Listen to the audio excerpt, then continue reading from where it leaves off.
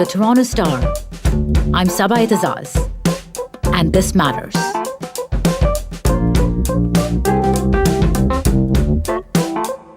Have you ever wished you could somehow stretch out that weekend to just one more day to finally get all those chores done that never happened because of Netflix and naps?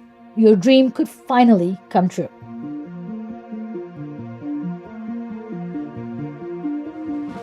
A recent study in Iceland involving thousands of workers has brought back the buzz around a shorter 4-day work week. And surprise, surprise, it has also revealed that reducing an employee's work hours did not reduce productivity. The 4-day work week is not new. In fact, it's already going full swing in many Scandinavian countries and partially in Korea and Japan. But this could change all that we know about the North American work culture. Early this year, New York-based crowdfunding company Kickstarter announced it would be trying out the 4-day work week in 2022. Even before that, a growing number of companies and countries have successfully moved to a 4-day work week, and the pandemic has accelerated the movement. As our work and our lives have shifted in the wake of COVID-19, groundbreaking conversations are taking place about working smarter and not longer. But is the 4-day work week really something we all want? Is it possible for every workplace? And what would it take for this idea to really catch on here? To help figure all of this out, I'm joined by Reyt, who's an assistant professor of organizational behavior at McGill University. He's well known for his research on remote work and work outcomes. Hello, Professor Reyt. Thank you for joining me on the podcast. Thank you so much for having me. So how popular is this 4-day movement right now, this 4-day work movement? Has the pandemic and the way our work lives have shifted around during this time played a role in that? Yeah, I think the pandemic has relaxed some criteria that we were associating to work, such as where the work is done, how long people are working, how the week is structured. And because now, a lot of people are going to be working from home part of the week, there's this question about how many days a week should people work? Should you work 5 days a week, 8 hours a day? Should you reduce the work hours and have everything for 4 days? It depends, but there is an interest in making the work week a bit shorter so that people can have a better work-life balance. And in the aftermath of this pandemic, this growing interest in the 4-day work week is also happening at the same time as this perceived shift away from materialism and towards the so-called experience economy, where people might be spending less money on tangible things and more on things to do. Is there a link between the two trends? I think so. Every year I have a fresh batch of several hundreds of students. And so I've seen over the years, how students are changing and how their priorities are changing. And just from the standpoint of a business school, maybe 20 years ago, we had a lot of people who wanted to have a very, very traditional and stereotypical career of what a business person would do. They wanted to wear a suit. They wanted to go to the office 5 days a week and all that kind of stuff. And now I see people are coming up with alternative career paths. They want to do different things. And because they want to do different things, they need to have more flexibility in their work. They're not that interested in typical work arrangements. And so that's why, remote work is important to them, but also having the 4-day work week, having flexible schedules, all that kind of stuff is seen as something that makes the workplace a bit more adapted to a modern lifestyle. And we've just started talking about this after this recent development of the Icelandic study came through. But where does this movement for the 4-day work week stand in other countries like Iceland and other Scandinavian countries where the work and social support culture is somewhat different? And I believe they've pretty much made that shift, right?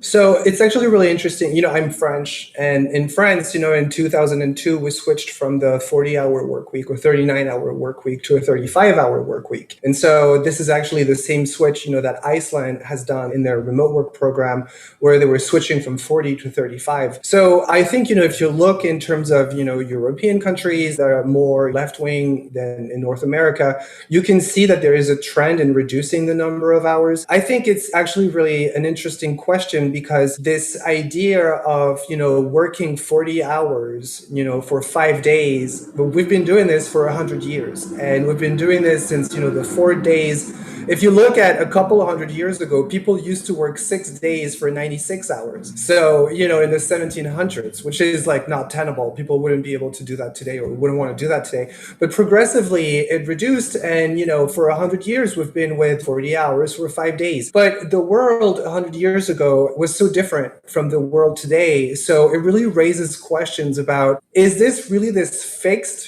set in stone thing, or can we question it? And so I think I'm always open to discussing different variables related to work. And, should they be switched? Should they be relaxed?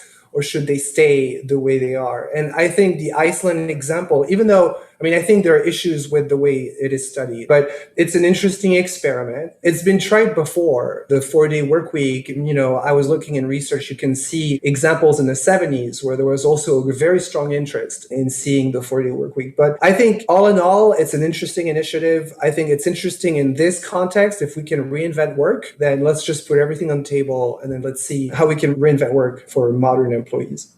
Right. It's interesting that you gave us a bit of a historic background here of the 5-day work week. And you also mentioned that the 4-day work week is not a new concept. It's been tried and talked about before. So what would it take to catch on in North America? Are there cultural considerations here that set us apart from Iceland and other Scandinavian countries, for instance? We have this always on work vibe going, right? So how does that fit into this concept? So it's really interesting, and it speaks a lot about the relationship that people have with work. And it's definitely something that's very different in Europe and in North America. And so I was born and raised in Europe. And, I moved here for my PhD, and then now I'm a professor here. But I can say that, there is a switch, and I think the modern generation, the new generation is catching on to it. But a switch about, do I really want to work that hard? Is working hard really the goal? Is working a lot my goal? And I think, if you think about it, why work a lot? Like, what's the point about working a lot and adding more hours? What matters is not so much like the how or how many hours you're putting in. What matters is, the result. It's performance. It's the outcome. That's what matters. And so I think, sometimes we think about, like just reducing the number of hours or increasing the number of hours, but it's a conversation that needs to happen with results in mind.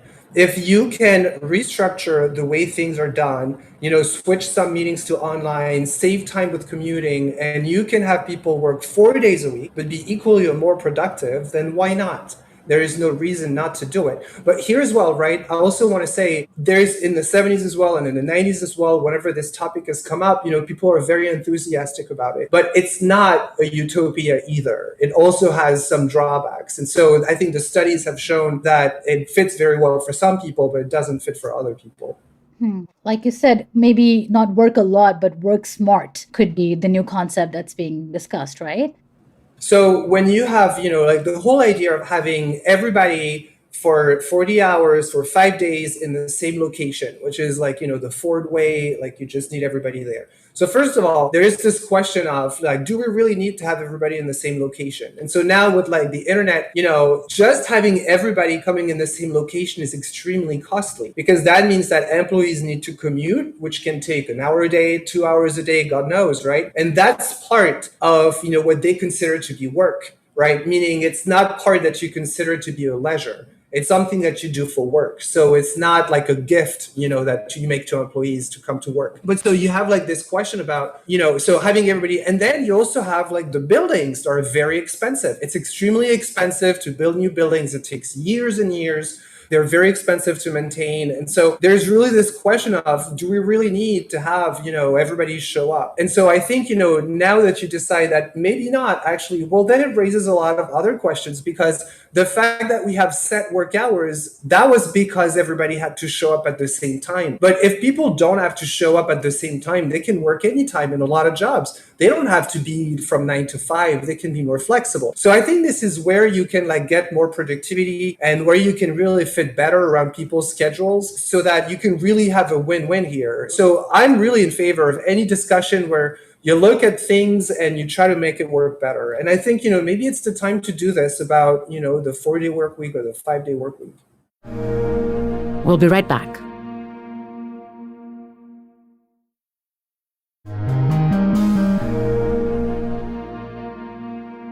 I'm going to take it back a bit, it seems like in the West, particularly in North America, hard work above all has been one of the core ideals. But if you look at this historically and philosophically, some of the great literary figures and thinkers of the 1700s, for example, like poet Walt Whitman or Bertrand Russell, kind of predicted the looming cult of workaholism, and they preached around working less, not more. What was the philosophy around work and leisure during that time period?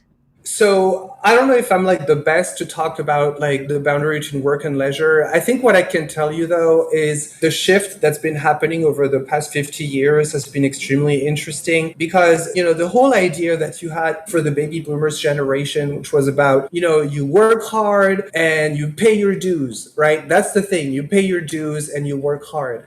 All of this to work, you need to have several things. For people to really be motivated by this system of working hard and paying your dues, you need one, people need to be working in the same company for pretty much ever. Because otherwise, what's the point in paying your dues, right? If you're going to switch company anyway, there is no point in paying your dues in another company. You just find a better company that doesn't make you do that. And then the second one is really about, are you really that better off, 30 years down the line? Like, how rich are you really? Because if you're going to be working so hard, at the end of the day, you need to have something to show for it. And I think, the new generation, Generation Z, they've been the millennials, they've been looking at kind of their parents, work really hard and put work above all, and then maybe lose everything in the subprime crisis, or lose their jobs in 2000s, and then lose their job again in 2010, and now lose their job again for the pandemic. So it just seems like, we go through different crises where you see that the economy,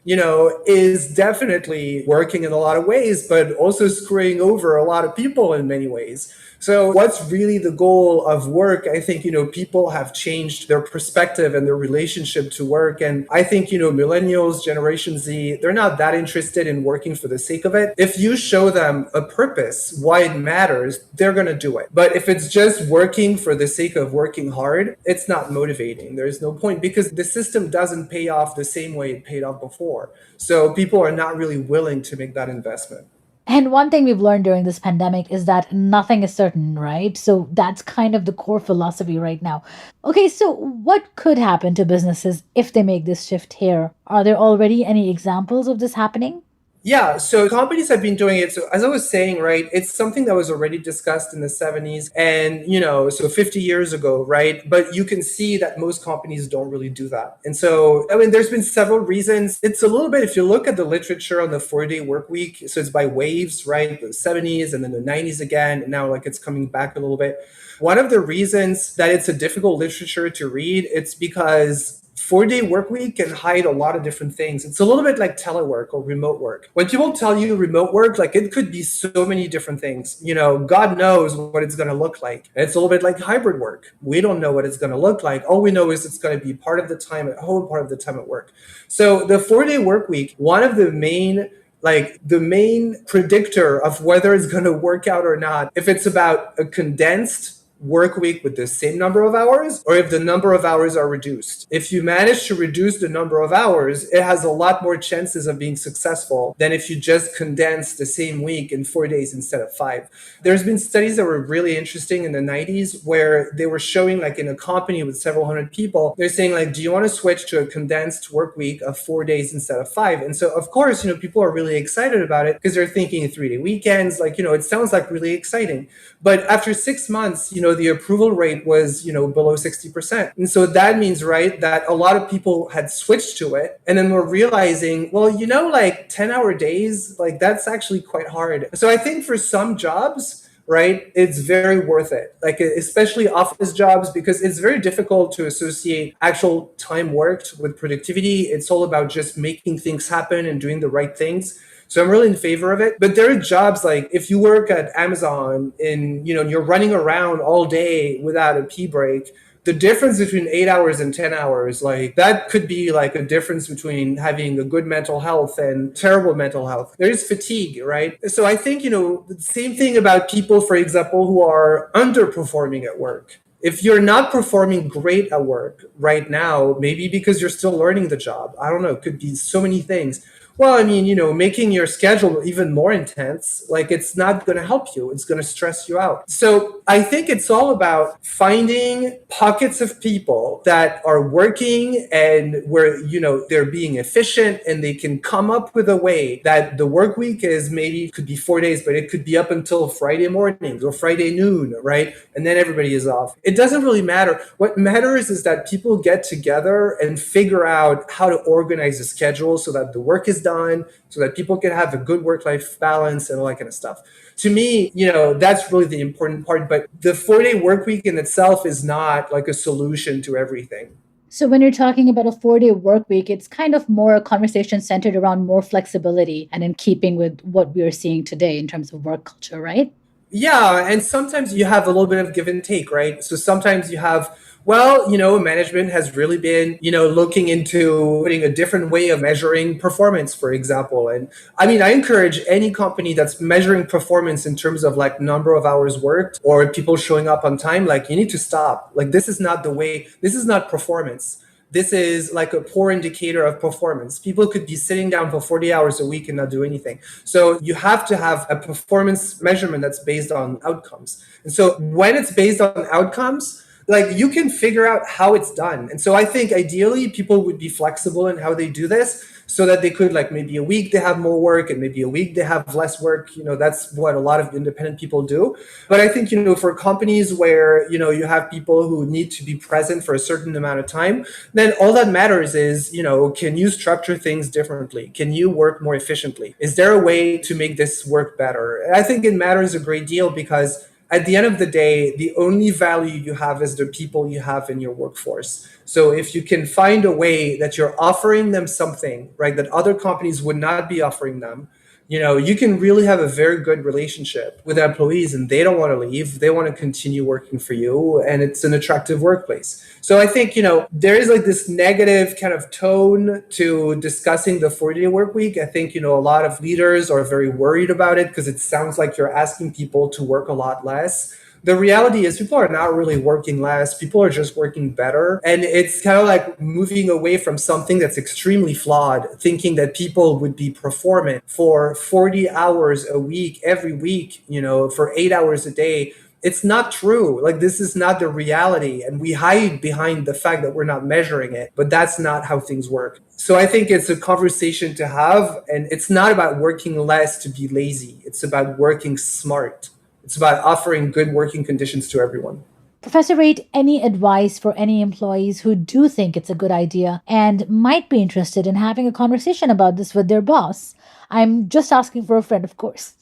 Yeah. I mean, if you want to have this conversation with a supervisor, so, I teach negotiation classes. Like most of the classes that I teach are negotiation. And it's really interesting. When I started teaching negotiation, I was convinced that people wanted me to teach how to negotiate, like, the actual how to do it. But in reality, what you see is that you have around 60 or 70% of the general population doesn't negotiate anything. So the how is kind of irrelevant because first of all, they're not even showing up to the negotiation table. They're not even asking for it. So you need first to explain to them why they need to negotiate. And so I think, this 4-day work week, I'm pretty convinced that you're going to have roughly half of the people interested or just not even going to ask. And they're not going to ask because they're worried about what it's going to look like. They're worried the CEO is going to be, disappointed or upset. They're going to look like a slacker, all that kind of stuff. So already my advice is if you want to investigate this, you need to ask.